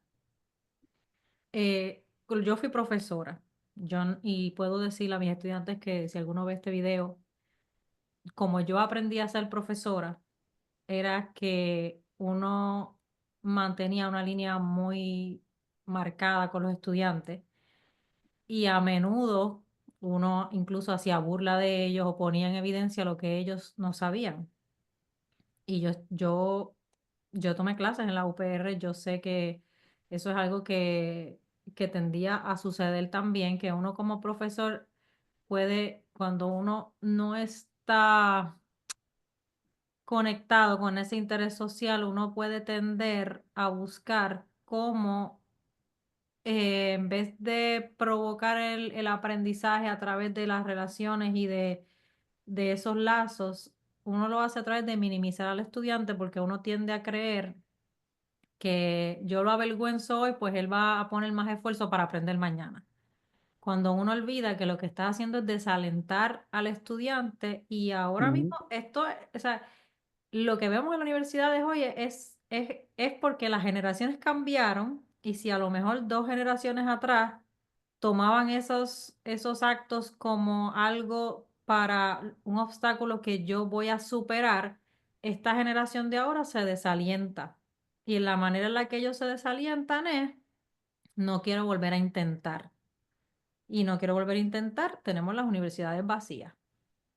Porque entonces, si con eso vemos que también la gente se gradúa y muchos no encuentran ni siquiera dónde trabajar, y voy a estar 4 años pasando por estos procesos donde continuamente tengo que demostrar cuánto yo sé, mantenerme ahí y aguantarle al profesor la mala crianza, la humillación, la poca flexibilidad, etcétera, etcétera, etcétera, para al final a lo mejor ni siquiera sé si voy a poder trabajar en esto. Pues tenemos universidades que se están vaciando, que es un conjunto de situaciones, entre ellas eso. Entonces, podemos ver en ese tipo de profesorado que en el caso de Pedro lo que hacía era retar al profesor directamente sin quererlo hacer así y decirle, yo sí sé de lo que yo estoy hablando. Entonces ahí el profesor, ante Pedro medirse a igual, pues entonces decía, conocí a Pedro hoy. Pero no hay que llegar a eso. ¿Por qué no simplemente dejar que uno vaya conociendo a los estudiantes, permitirles la oportunidad de volverse más capaces? Para eso es que vienen a la clase, para volverse más capaces a través de lo que nosotros les enseñamos. Y de ahí uno, pues, empezar a verlos como pares. Si partimos de la premisa de que todos somos iguales y que merecemos todos el mismo respeto y el trato digno, uno debería ya entender, aunque los debería no existen, que esa no es la manera de tú provocar el que alguien se motive a estudiar. A lo mejor le funciona a 1 de cada 10 estudiantes, los otros 9 se te dan de baja y se van, porque esa no es la manera de promover el aprendizaje. O sea, retomando, puedes hacer la pregunta otra vez para Sí, claro. Y voy a añadir un poquito a eso que acabas de mencionar también. Encima de eso, la parte humana de quizás alguno de las inseguridades humanas de algún profesor que sienta que mientras tú estás contestando bien, te acercas a mí.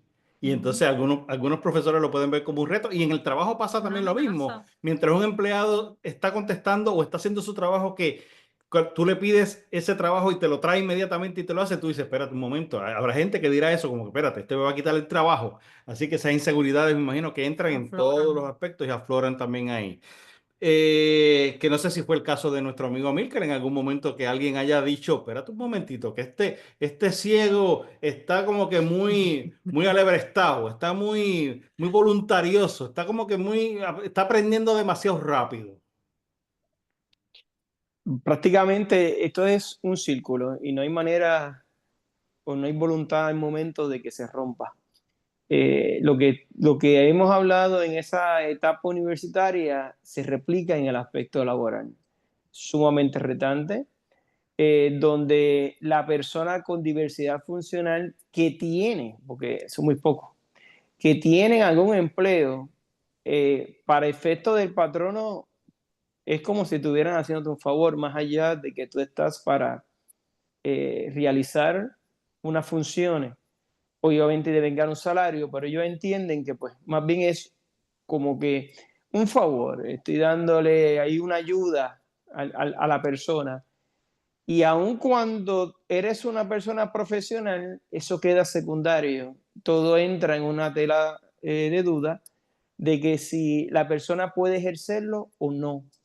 Nunca van a verte, ¿verdad?, con el potencial de tu poder hacerlo o no. Y tú tienes que estar constantemente demostrando de que puedo hacer eso mucho más, de diferentes maneras, con o sin las herramientas, pero es sumamente retante, no, además no está decir frustrante, en poder uno poderse verse iguales. Es todavía eso, estamos bien lejos de eso. Y en muchas ocasiones, pues, no sé si es que el mismo sistema, llámese privado o gubernamental, te promueve a que tú tengas o te mantenga en ese ejercicio para yo poder tener quizás hasta un poco control sobre ti y quizás mantenerte quizás aislado o terminando quedándote en tu casa, ¿verdad? Porque no tiene alguna otra herramienta. Eh, Tú dirías que a nivel laboral, en términos generales, ¿verdad? Y sin mencionar nada en particular, tuviste que desarrollar algún tipo de táctica, algún tipo de estrategia para poder sobrevivir. Realmente es lo mismo que vivir la universidad, es comenzar uno a apoderarse, reclamar y obviamente dejar educar de que las cosas uno las puede hacer. Así que es la misma herramienta, es utilizarla, pero obviamente no se ve un resultado de cambio, sino todos los días hay que estar en esa defensa. Esto es como en una guerra que en este momento no se ve cuándo va a finalizar. Constantemente tiene que estar ahí, en el campo de batalla, defendiéndote. Y tú, Pedro, en tu caso, tuviste que cambiar la estrategia y entonces ya ser más directo o utilizar las mismas estrategias que te funcionaron en esa vida universitaria para extrapolarlo al área laboral, o fue un Pedro 3.0. Fue bien interesante porque aunque yo trabajaba desde casi los 15 años en diferentes cosas, vamos, en los campamentos de verano, escolares, etcétera, pero ya formalmente, una vez termino la vida universitaria, ¿verdad? Estoy ya a punto de casarme. Yo no tenía empleo. En aquel momento faltaban 2 semanas para casarme y Pedro Ramos no tenía empleo. Así que a través de las amistades logro una oportunidad para hablar con un presidente de un banco, mi hermano, cuando el campo mío era la ciencia política. Me llama entonces un presidente de un banco de aquel tiempo para entrevistarme para darme una oportunidad de empleo. Jefe, faltaban 15 días para yo casarme. Bueno, así que yo, Pedro Ramos, ciencia política, a la banca. Ajá. Ok. Cuando llego a aquella oficina, temblando con una chaqueta media estrujada, a entrevistarme con el presidente, yo esperaba que el presidente me dijera qué quería. Pero el presidente me sorprende y me dice, ¿qué tú quieres hacer aquí? Rayo, parte del béisbol americano. Que Pedro va a contestar de ciencias sociales a la banca.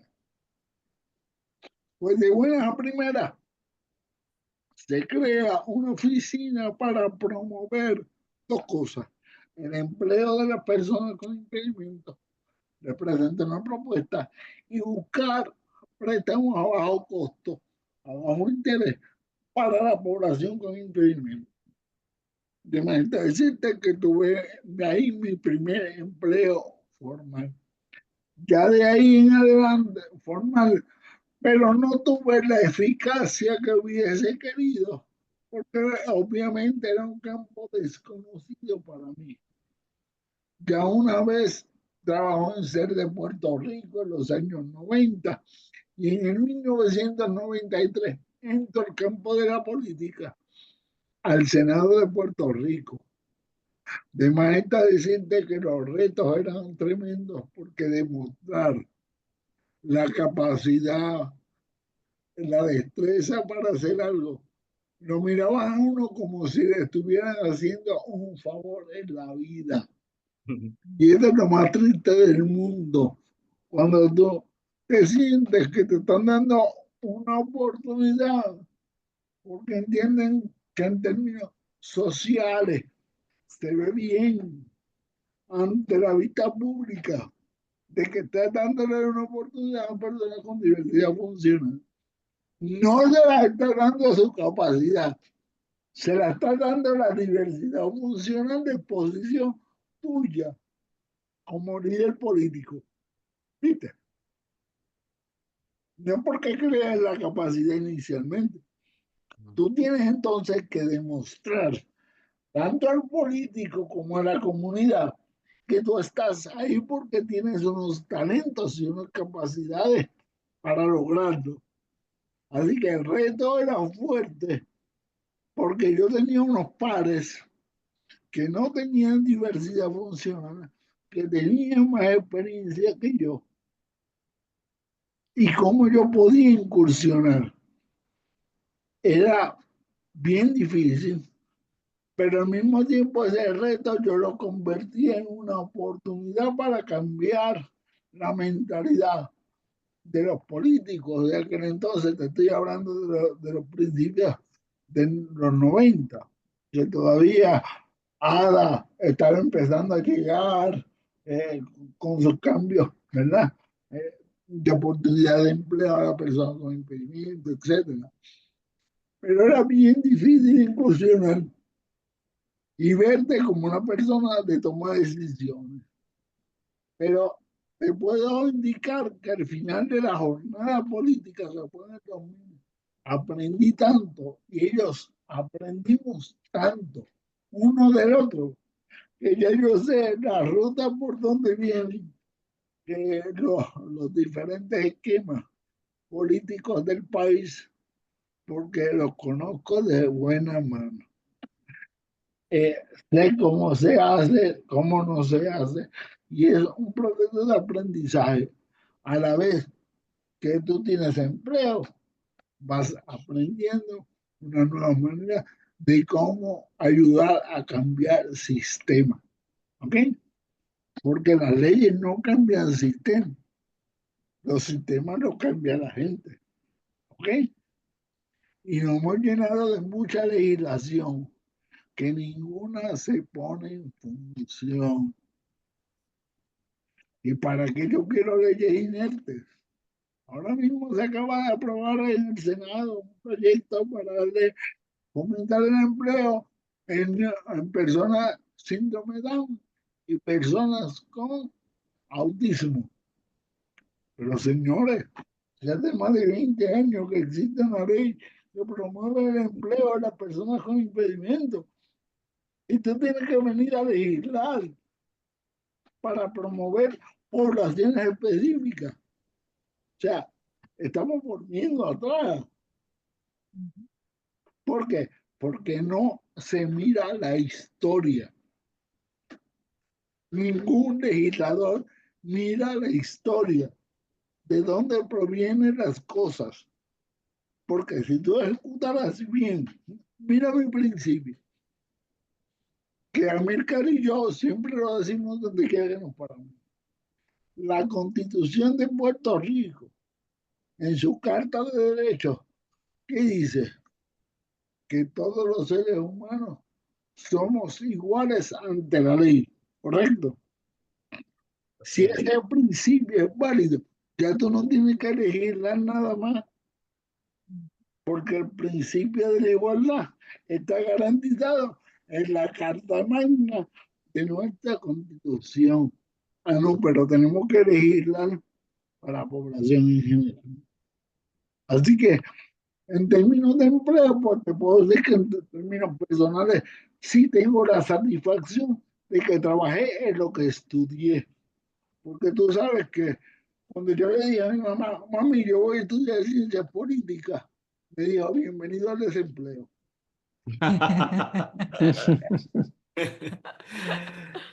No, no la culpo, no la culpo.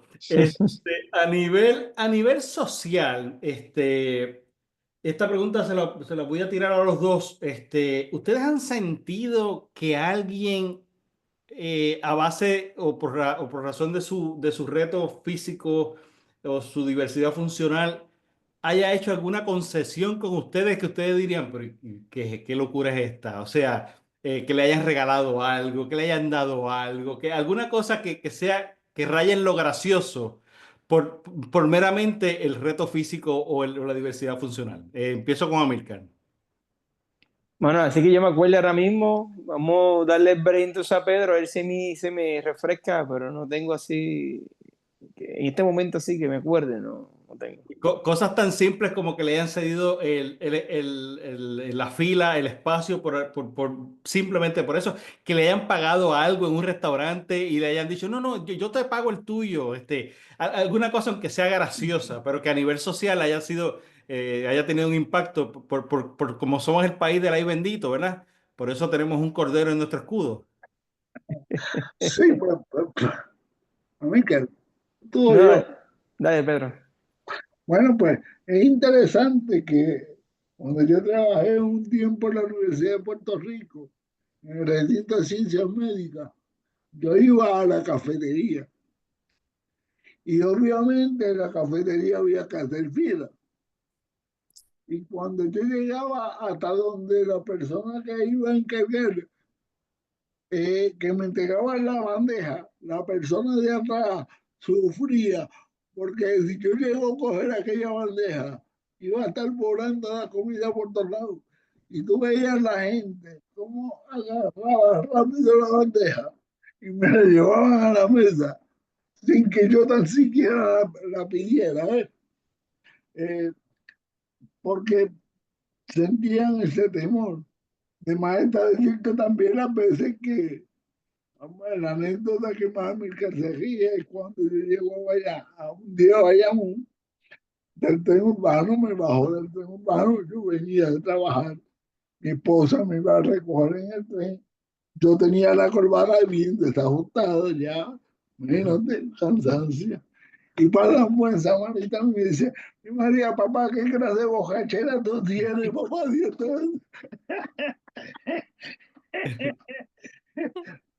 Dios te la bendiga. Y yo dije, lamento informarte que si fuera así, estuviera feliz. Pero no, es para que tú veas los estereotipos que se crean alrededor de él.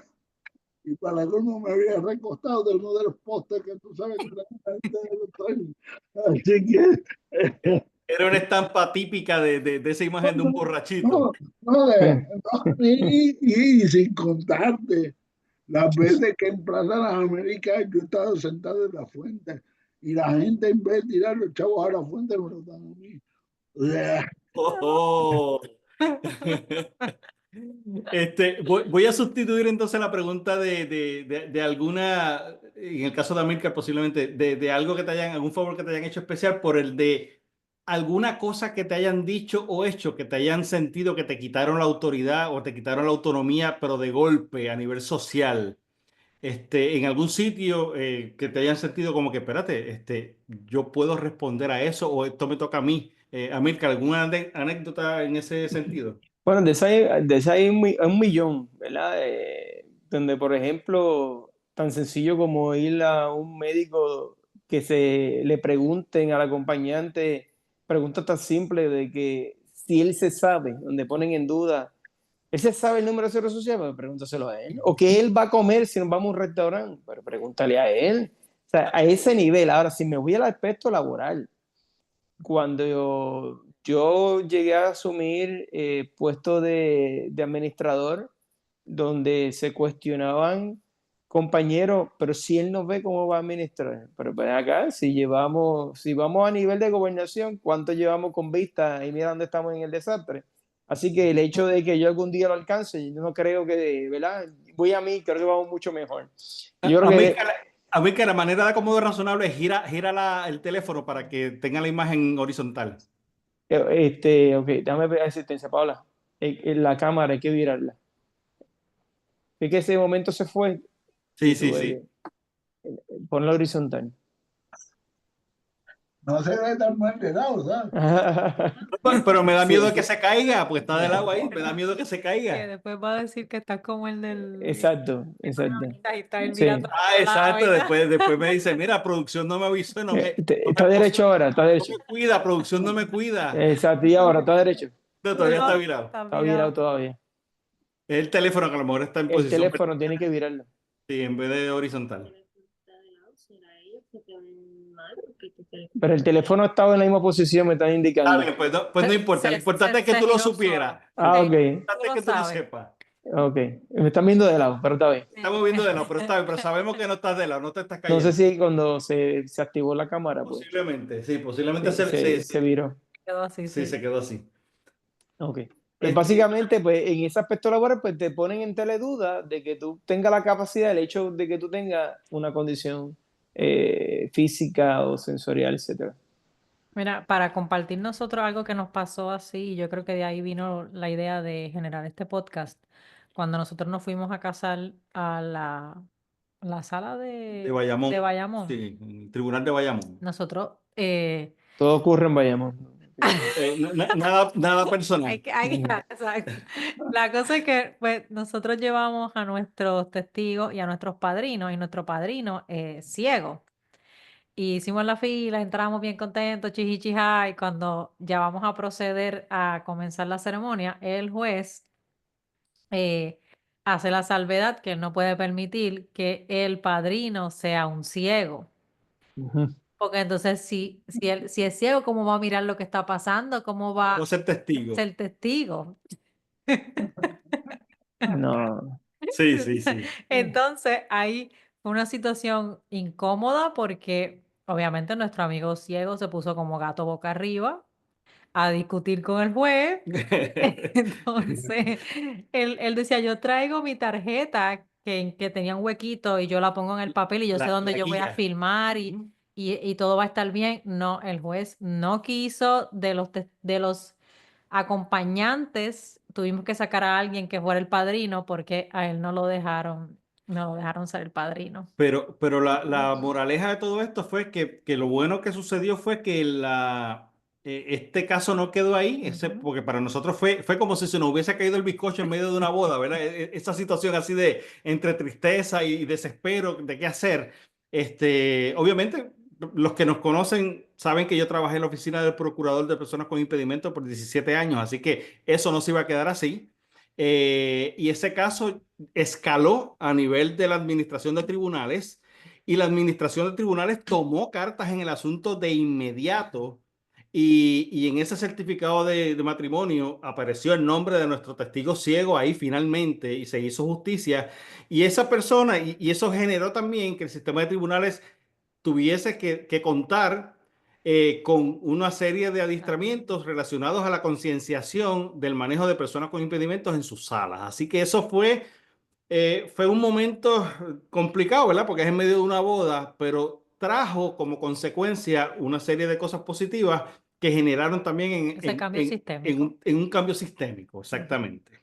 Y finalmente ¿verdad? El testigo ciego tuvo que pagar el bizcocho, que de momento se le va a liberar, así que tuvo que pagarlo como quiera de los temprano. Nuestras entrevistas siempre cierran con una serie, como esto es de la A a la Z, con una serie de palabras que yo voy anotando mientras voy escuchando, ya sea que Miosotti la mencione o las personas que están en la entrevista. Y entre las cosas, yo dividí dos columnas, ¿verdad? Una columna para lo menos bonito y una columna para las cosas más positivas. En la menos bonito está la palabra pena, la palabra lisiado, que era un término que se utilizaba en Puerto Rico hace mucho tiempo, antes de toda esta nueva forma de decir las cosas, que es diversidad funcional, frustración, y que todo tiene una sola talla. O sea, en otras palabras, que es solamente un one way, como decía ahorita Amílcar, cuando los profesores trataban de explicar las cosas en una sola dirección. Sin embargo, a nivel de positivo, tenemos entonces interés social, la palabra interés social, pertenencia, fue una de las cosas que mencionó también Pedro, consistencia, tener opciones, que también esto lo mencionó Amilcar en algún momento, ¿verdad? De que te pregunten a ti cómo tú quieres que se manejen las cosas e inspirar a otros.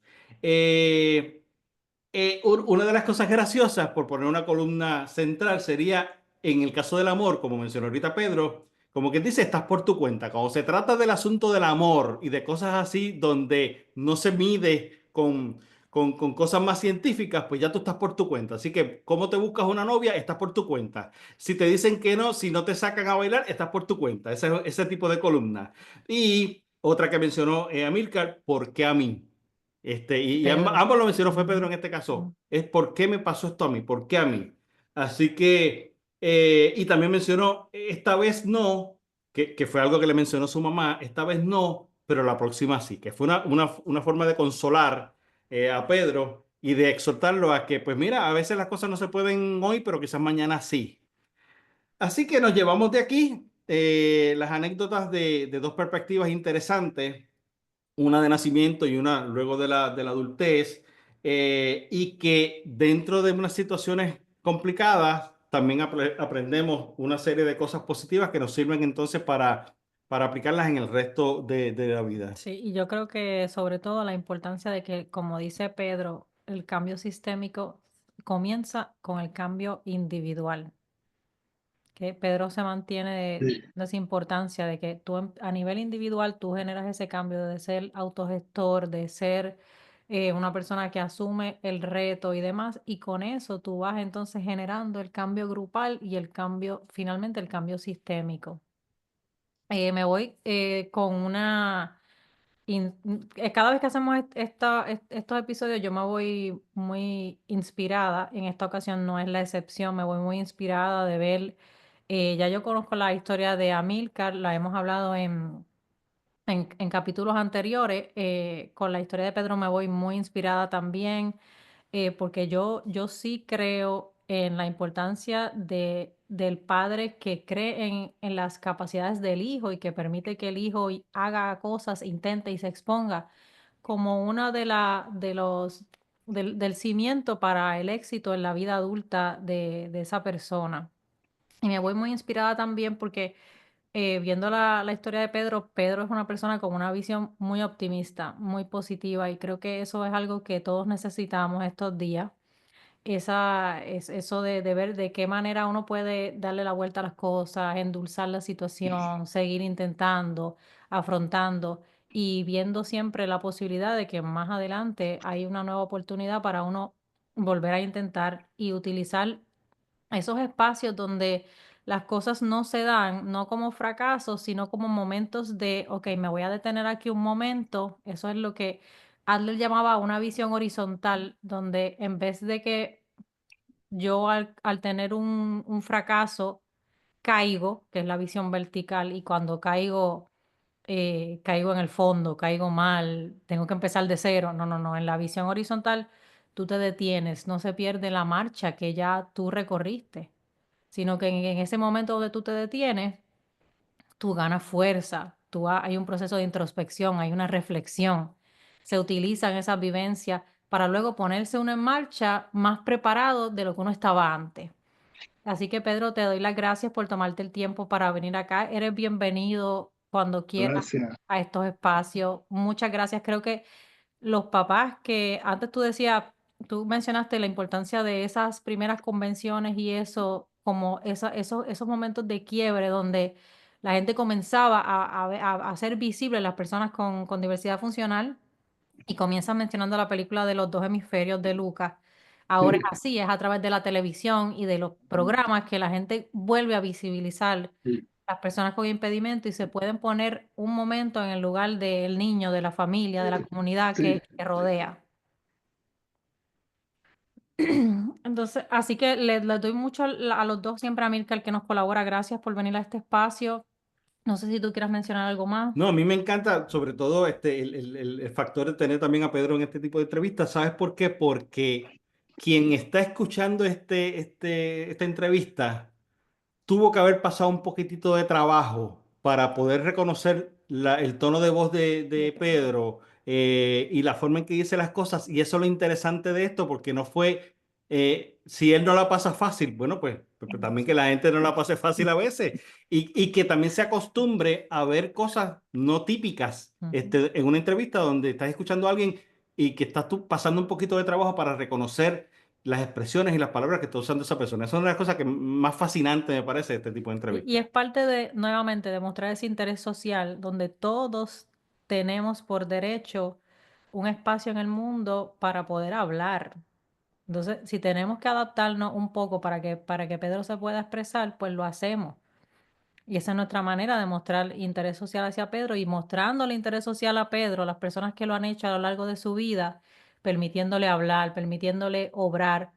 Lo que han ganado ha sido más, porque han ganado a un Pedro colaborador que se ha movido a aportar grandemente a los espacios sociales donde él se rodea y donde él se desenvuelve. Así que todos ganamos al final cuando ponemos de nuestra parte para lograr la inclusión y la aceptación de todas las personas en la sociedad. No, Gracias. gracias. Gracias a ustedes por la invitación. Estamos siempre a las órdenes. Cuando ustedes entiendan que hay algún tema en particular que podamos colaborar, estaremos con ustedes. Le doy gracias a Milka que me dio coaching en términos de prepararnos para este encuentro. Ha sido una dinámica muy interesante. Yo espero, ¿verdad?, que este podcast se replique y que sean otros los protagonistas de historia, ¿verdad? Ustedes puedan traer, porque hay muchas historias, hay muchos protagonistas que son agentes de cambio, que han venido pues con unas metas específicas a la vida, lo que se llama el propósito de la vida. Así que ustedes a través de esto logran tocar una sola persona, una sola. Ya han hecho un cambio radical en la sociedad donde no hay tiempo para pararse a mirar nuestro entorno social. Así que los felicito y les deseo mucho éxito en esta iniciativa. Me Gracias. uno, ¿verdad?, a esas palabras de Pedro y agradezco, ¿verdad?, siempre la invitación y el espacio de poder uno compartir las vivencias para que otros puedan, ¿verdad?, autoidentificarse y se unan, ¿verdad?, en ese propósito de vida. Y voy a cerrar esto con un poquito de cizaña, Pedro. Ahorita cuando Amílcar mencionó que tú lo ayudaste a cruzar la calle, estaba insinuando como algún asunto de edad, como si hubiese una diferencia de edades. Así que con esta Bueno, cizaña bueno, cerramos. bueno, pero acuérdate que la edad crea sabiduría. ¿Ok? Y hay que enseñar El a los tiempo no niños, pasa en vano. hay que Bueno, enseñarle a los niños también a caminar por el surco de la vida. Así que vamos juntitos por ahí a ver cómo nos encontramos. bueno, pues con eso los dejamos. Que tengan buen día y gracias siempre por venir a ver nuestro programa. Buen día, gracias. Bye. Bye bye. Bye.